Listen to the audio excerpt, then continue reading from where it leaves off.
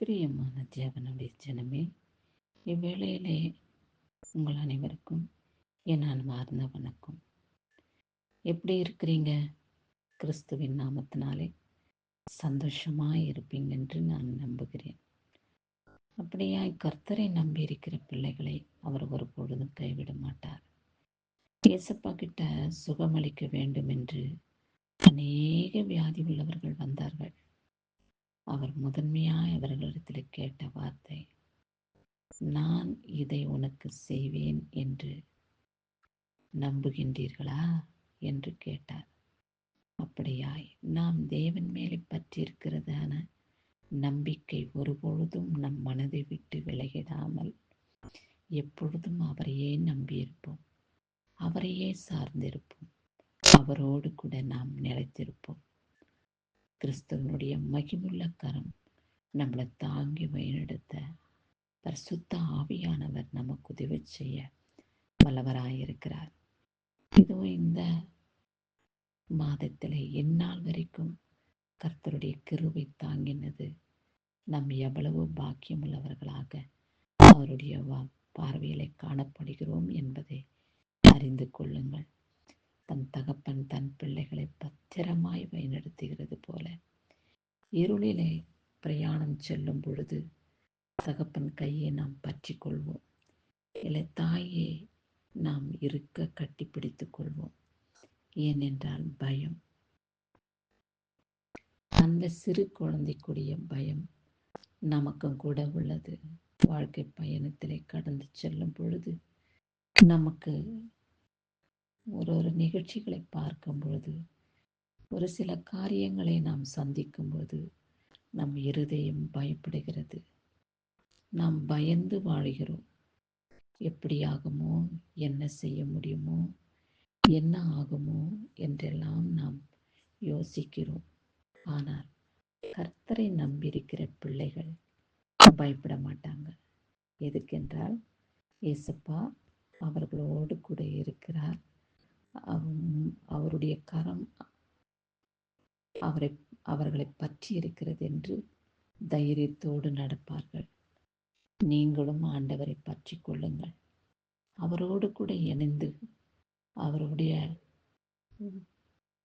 மகிமையுள்ள கரங்களை நாம் இருக்க பிடித்து கொள்ளும் பொழுது வாழ்க்கை பயணத்திலே எத்தனை வேதனை, சோதனை, தீங்கு, துக்கம், வந்தாலும் கூட ஒன்றும் உங்களை அணுகாது. கர்த்தர் உங்களோடு கூட இருப்பார். உங்கள் தேவைகளை அவர் ஆசீர்வாதமாக மாற்றி உங்கள் இருதயங்களை சந்தோஷப்படுத்துவார். சரி, இந்த நாளிலே கர்த்தர் நமக்கு கொடுக்கப்பட்டுள்ள வார்த்தை என்ன என்று பார்ப்போம். உபாகமம் 4ஆம் அதிகாரம் 10வது வசனம், உன் ஆத்துமாவை ஜாக்கிரதையாய் காத்துக்கொள் என்று சொல்லப்பட்டுள்ளது. நமக்குரியதான எல்லா விதமான காரியங்களையும் நாம் பத்திரமாய் பார்த்து கொள்வோம். நமக்குரிய சொத்துக்களை, நமக்குரிய பணத்தை, நகைகளை, நமக்குரிய பொருள்கள் எல்லாவற்றையும் நாம் பத்திரமாக ஜாக்கிரதையாக பார்த்து கொள்வோம். டாக்டர்கிட்ட போவோம், நம்முடைய சரீரத்தில் என்ன வியாதி அணுகி இருக்கிறது என்று எல்லா உறுப்புகளையும் செக் பண்ணி ஆராய்ந்து தெரிந்து கொள்வோம். இதிலெல்லாம் நம்ம கவனம் வைக்கிற நம்முடைய ஆத்மாவின் மீது கவனம் வைக்காமல் போகிறோம். நம்முடைய ஆத்மா கர்த்தருக்கு பிரியமானதாக காணப்பட வேண்டும் என்ற நோக்கம் நமக்குள் இருக்க வேண்டும்.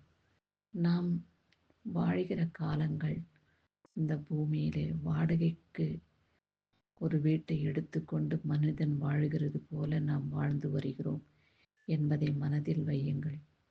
நாம் வாழ்கிற காலங்கள் முழுவதும் எத்தனை நாட்கள் என்பது நமக்கு தெரியாது. இந்த ஜீவனை கொடுத்த இயேசப்பாவுக்கு தான் நாம் வாழ்கிற காலங்கள் எத்தனை என்று அவருக்கு தான் தெரியும். அப்படி இருக்கும் பொழுது நம்முடைய ஆத்மாவை பரிசுத்தத்தோடும் ஜாக்கிரதையோடும் அவருடைய கர்த்தருடைய நாமம் மகிமைப்படும்படியாய் அவரிடத்தில் சேருவோம் என்ற விசுவாசத்தின் நம்பிக்கையோடு அவரை பற்றி கொண்டு வாழும் பொழுது நம்முடைய ஆத்மா பரிசுத்தமாக காணப்படும். அப்படி பரிசுத்தமாய் காணப்படுகிற ஆத்துமா கர்த்தருடைய சன்னிதானத்திலே இளைப்பாற சந்தோஷத்தோடு அவருடைய மார்போடு அனைத்து சேர்த்து அனைத்து பாதுகாக்கிற தேவனாய் நம்முடைய ஆத்துமாவுக்கு இளைப்பாறுதல் தரக்கூடிய தகப்பனாக அவர் நம்ம ஆத்மாவை தட்டி புத்துணர்ச்சி கொடுக்கிறது போல பரிசுத்த ஆவியினாலே நிரப்பி அவரோடு நம்மை சேர்த்து கொள்வார். சரி, இந்த நாளிலே பிறந்த நாளையும் திருமண நாளையும் காண்கின்றவர்களை கர்த்தர் ஆசீர்வதிப்பாராக. அவர்களோடு கூட இருந்து அவர்கள் செய்யும் ஒவ்வொரு வேலையும் ஆசீர்வாதமாக இந்த வருடத்தில் முடித்து கொடுத்து அவர்களை சாட்சியாய் நிறுத்துவாராக. நீங்களும் கூட கர்த்தரிடத்தில் வேண்டிக் கொள்ளுங்கள். ஆண்டவரே, மட்டுமாய் என்னுடைய ஆத்துமாவை ஜீவனோடு காத்து கொண்டீரே, உடைய பரிசுத்த நாமத்துக்கு ஸ்தோத்திரம். நீர் கொடுக்கப்பட்டுள்ள ஆயுள் நாட்களை பரிசுத்தத்தோடு நான் கடந்து வந்து என்னுடைய ஆத்துமாவை நான் ஜாக்கிரதையாய் காத்துக்கொள்ள எனக்கு கிருபை காட்டும் என்று நீங்கள் ஜெபிப்பீர்கள் என்றால் அப்படியே கர்த்தர் வாய்க்கு செய்து உங்களை ஆசீர்வதித்து மகிமைப்படுத்துவார். கிறிஸ்துவுக்கே சதா காலங்களிலும் துதி உண்டாவதாக. ஆமென்.